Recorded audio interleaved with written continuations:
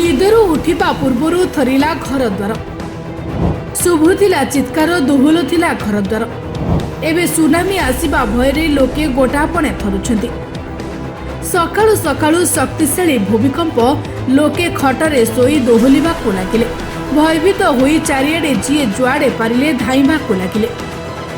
जीवन विकଳରେ जीवन बंचाइबाकु लोके खोला स्थान को धाइबाकु लागिले।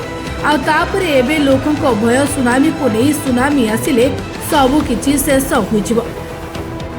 भयंकर सुनामी माड़ी आसिबा भयरे लोके गोटापणे थरुछन्ति। दाऊ साधुछि प्रकृतिर कोप थरिला पूरा माटी।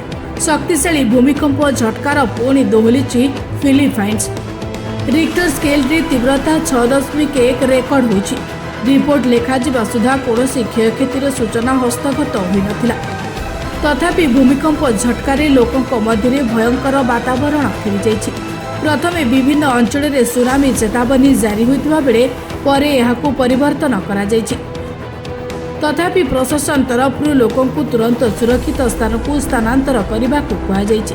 तेबे पुणी थेरे फिलिपाइन्स मिंडानाओ रे भूमिकंप अनुभूत होइछि।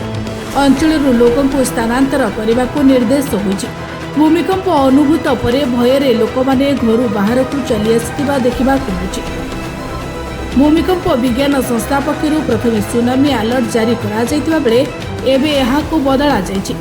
वर्तमान सुधा कौनसी क्षयक्षतिर सूचना मिली नहीं।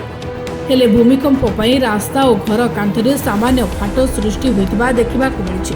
ब्यूरो रिपोर्ट निरपेक्ष।